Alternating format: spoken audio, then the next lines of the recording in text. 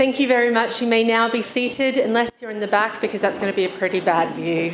But you're more than welcome to as well. How you doing? Yeah? Is this more... He's okay. Is this more stressful than the exams that you've just sat, or... Yeah, okay. Wonderful. Luckily, it's a pass or fail mark today, so we're all good.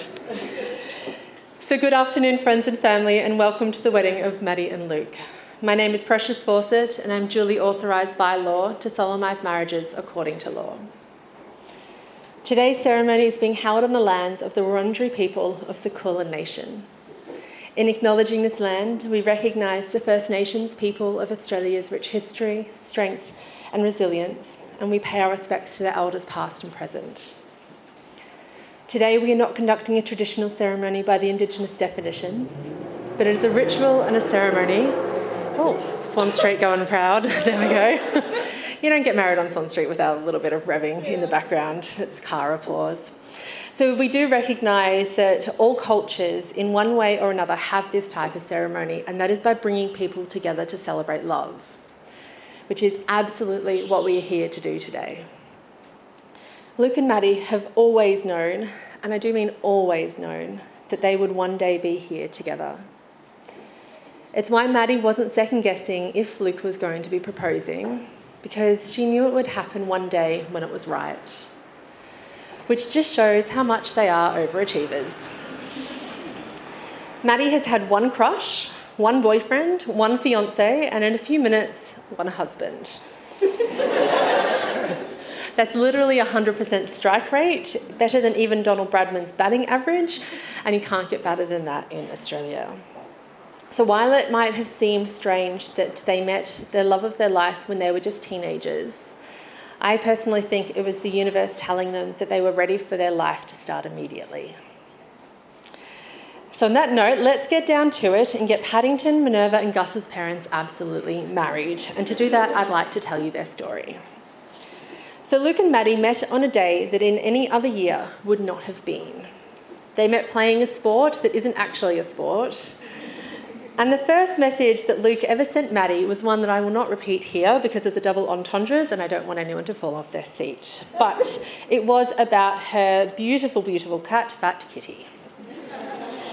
So maybe I am exaggerating a little bit, but Luke and Maddy met on the lemon-scented lawn at Monash University on the 29th of February 2016 at a Quidditch tryout for the Monash Muggles. I do not think I will ever say that sentence again. And while there was a lot going on that day, Luke can still vividly recall catching Maddy's eye across the field and being struck down by her wonderful smile. From their very first conversation, Luke knew that he could tell anything to Maddy without the slightest bit of apprehension. He also knew that she was super funny, cool, and very down to earth. Now, these are all of the things that he got right about her, but there was one thing that he got very wrong. Because Luke had also assumed that Maddy was a massive extrovert. A few nervous chuckles going around the room. Excellent, they're all on Maddy's side. Fantastic. Whereas Maddy remembers that day thinking that Luke was sweet, funny, and very, very cute. She was immediately into him, even though it took her a long time to admit it to anyone, let alone herself, that she had strong feelings for him. She was completely oblivious about his feelings for her for a long, long time. But a few months after friendship, they both signed up for the Melbourne Dog Lovers show, which Maddy would absolutely recommend as a first date, but only if you're looking to get a husband. That day they were paired together and they had to do a little bit of work whilst doing a whole lot of flirting. Unfortunately, there was a little bit too much work, so about 5% on that day. But when Maddy asked Luke if this was a date, he smoothly responded that it is if you want it to be. And oh boy, did she want it to be that. As a twin, Maddy was used to having a close relationship with someone in her life, even if all they want to do right now is go home and be in comfy shoes. She just wasn't used to being so close to someone that she didn't share a womb with. But here was Luke, The man had been a stranger, had now forged a new relationship with her based on love and respect and really so much more. This man had become her best friend, and luckily Sophie approved, and she doesn't have a microphone to say otherwise right now either. And that was absolutely it. From that moment on, they've been together. Since then, they've completed 6 degrees between them, and Luke has been threatening the last few days to do a PhD, but we've given him 5 years before that. They have survived long-distance dating, been accepted into prestigious medical programs, won prizes for their work and academic work. They have sat through hours and hours of exams, adopted cats, travelled, road-tripped up the East Coast in a bright blue Volkswagen, and fallen a little bit more and more in love with each other each day. Together they love to knit and crochet anything from blankets to toys, especially if it's a gift for a family member or friend. And I know that Luke has had a lot of fun going to all of the op shops that he could to find presents for everyone here as well.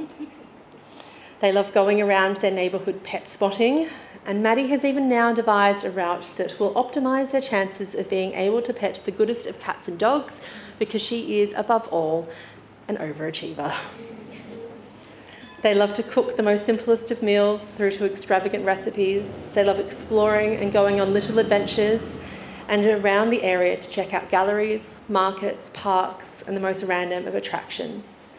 Because as long as they're together, they're happy. But this is just all of the history of them. It doesn't account for any of the reasons why they have fallen in love with each other, and that is so much of an important part of getting married. Because what Maddy has found in Luke is a resilient, funny, curious, authentic, and loyal person of her dreams. Luke, Maddy loves that you are always brave in standing up for yourself and your loved ones. She loves that you mix courage and optimism when facing the world, and you always do so with a sense of humour too. And while your prolific and surprisingly coherent sleep talking might not be the most obvious reason to love you, it is definitely in there. You love with a mind, body and heart that is open, and there is no one else that Maddy wants to laugh her way through life with. And Maddy, to quote Luke, you are one of those rare people on this earth that makes any space you enter feel warmer and safer. You are authentically yourself, a proud homebody who finds joy in life's simple pleasures, whether that's a cup of tea, a cat curled up in your lap, or slipping into your PJs and dressing gown at 4 p.m. Let's be honest, they're probably just new PJs and dressing gown from what she was wearing all day as well. Maddy, you are a woman of great compassion, wisdom and humility. You have already achieved so much in your life, but you never seek to highlight your achievements. Rather, you look to celebrate those around you, but today Luke wants to celebrate everything that you are together. So Maddy and Luke, the love that you have for each other is obvious to us all, so I think it's time to get down to business and get you absolutely married. Stay right there, keep holding on to each other's sweaty hands, and I'm going to come and perch right in between you here. I usually wear platforms. All right, so Maddy and Luke, before you were joined in marriage in my presence and the presence of these witnesses, I am to remind you of the solemn and binding nature of the relationship in which you're now about to enter. I love it when I say solemn and they can't stop laughing with each other. So the promises that you've written and that you're about to share in front of all of these people that you love and respect are really far more precious than any legal definition could be. But it's my duty to remind you that marriage, according to law in Australia, is the union of two people. It is a union which is to the exclusion of all others. It is a union that is entered into voluntarily, and it is a union that is entered into for life. Knowing this, Luke, do you wish to marry Maddy today? I do. Good choice. All right. Multiple choice. All right. And Maddy, do you wish to marry Luke today? I do. Good. All right. So I explained at the beginning that we're going to be doing things a little bit different today, and as you might have seen, we haven't yet. Maddy, no, you can heckle your own wedding. It's absolutely fine. So Maddy and Luke have chosen to write 2 sets of vows today. The first that they have already shared in a private moment together, and the first is vows that are written for the other person to share. They have not seen what these vows contain, In the industry, we call them ninja vows. But in a second, they are going to read the words that have been prepared for the other person. However, we need to decide who's going to go first. And to do that, we are going to use a very old ritual that I'd like to call a staring contest. So I'm going to exit the space right now, and we are going to do on 3 to see who can actually win. On the count of 3, I'd like you to open up your eyes and be trustful. And friends and family, if you can help me count 2, 3. 1, 2, 3.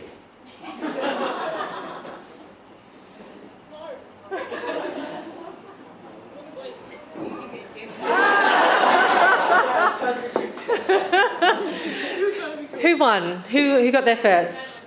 Maddy won? Wonderful. Maddy, would you like to go first? Of course. Would you like to go first or second in your vows today? You'd like to go first. Wonderful. Everyone, please put your hands together for the winner today. Thank you. Do you want me to hold on to the mic, or would you like to? Oh, if you hold the mic. Yeah. Okay, here we go. My dearest... Step in a little bit closer to each other. You're not near me. My dearest Luke, you know how much I hate public speaking. True. And having everyone paying attention to me. So before I begin, I'd like to ask everyone to please look at my soon-to-be husband, or literally anywhere else, for the next few minutes, and that would be excellent. Thank you. Luke, I promise to always share your curiosity and enthusiasm. I'll happily listen to you yap about whatever new, exciting thing you've discovered online, or in a 3-hour YouTube video you watched at 2.5 times speed, even when I'm not remotely interested in the topic, and it sounds like you're reading a Wikipedia article aloud to me. Okay. I promise to never get annoyed with you when you ask me to double-check your departure time, and when I have to remind you to account for traffic, parking, and your unfamiliarity with the area, so you can actually have a fighting chance at not being late. Very true. I promise to always at least entertain the idea of your next gadget purchase, even if it is impractical and we don't need it. Yes, that includes, but is not limited to, the 3D printer, the electric knife sharpener, God, the ride-on lawnmower, Jesus, the fancy touchscreen coffee machine my parents have that you are super jealous of, and whatever else you deem necessary for the smart home I never asked for, right? I admit I appreciate our technological advancement. Don't. Even if it means I can't just use a normal light switch anymore, and sometimes wake up at 3 a.m. when our lights all turn on by themselves after a power outage. It's a small price to pay for the superior power of automation. Now, while everyone is hopefully still looking at Luke instead of me, I'm going to be a bit more sentimental. My love, we've already proven that there is no challenge too great and no distance too far that can come between us. I vow to always approach life with you as a team, to be your anchor no matter where the wind tries to take us or how rough the seas get, and to never stop believing in us and what we can accomplish by each other's side. And finally, I vow to always be authentically myself, the kind, fun and brilliant person you fell in love with nearly a decade ago, to be your best friend and your life partner and your soulmate, to continue growing with you, challenging you and confiding in you, to trust you with my heart and to keep yours safe in return, and to always hold close the truth that loving you is the easiest thing in the world for me to do, and that you feel exactly the same way about loving me. Better than mine. Well, they're your vows, so. Yeah, true. All right, we're going to move just a scooch. Step in a little bit. All right. So, as Maddy didn't have a chance to read her vows beforehand, and marriage is all about consent, I would like to check. Maddy, do you agree to the above terms? Yeah, I do. All right, please can you put your hands together for Luke as he takes a deep breath. Do you want me to hold on to the microphone?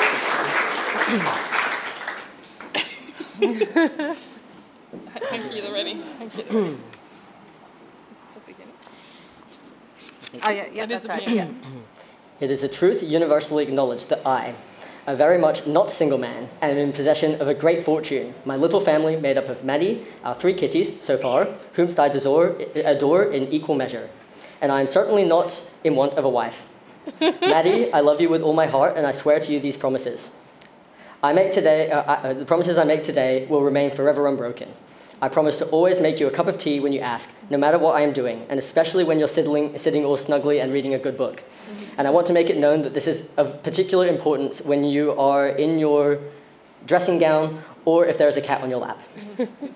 I promise to always let you be in charge of directions, and I especially promise to always listen to you when you disagree with my navigation skills, because you always end up being right, and it saves us at least 15 minutes.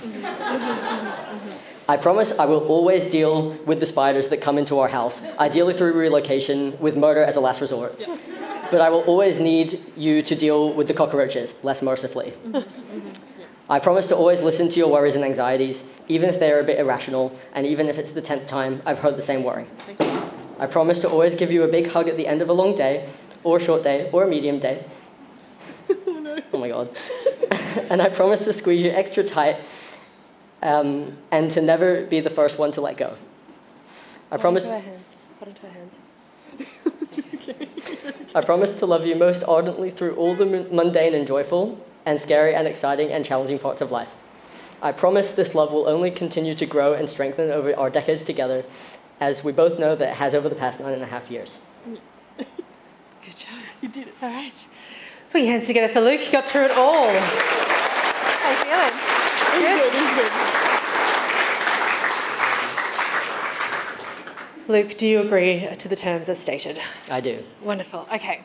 So because Maddy's dress has pockets, they are holding onto their own rings, of which I would like to ask them to now take out.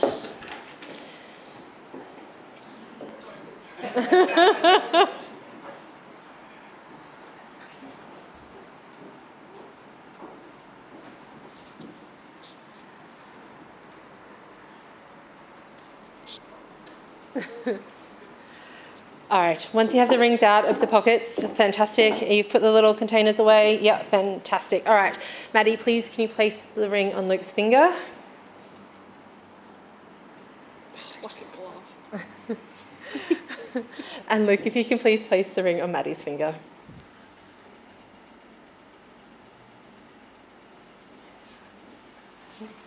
Please take hold of each other's hands and repeat after me.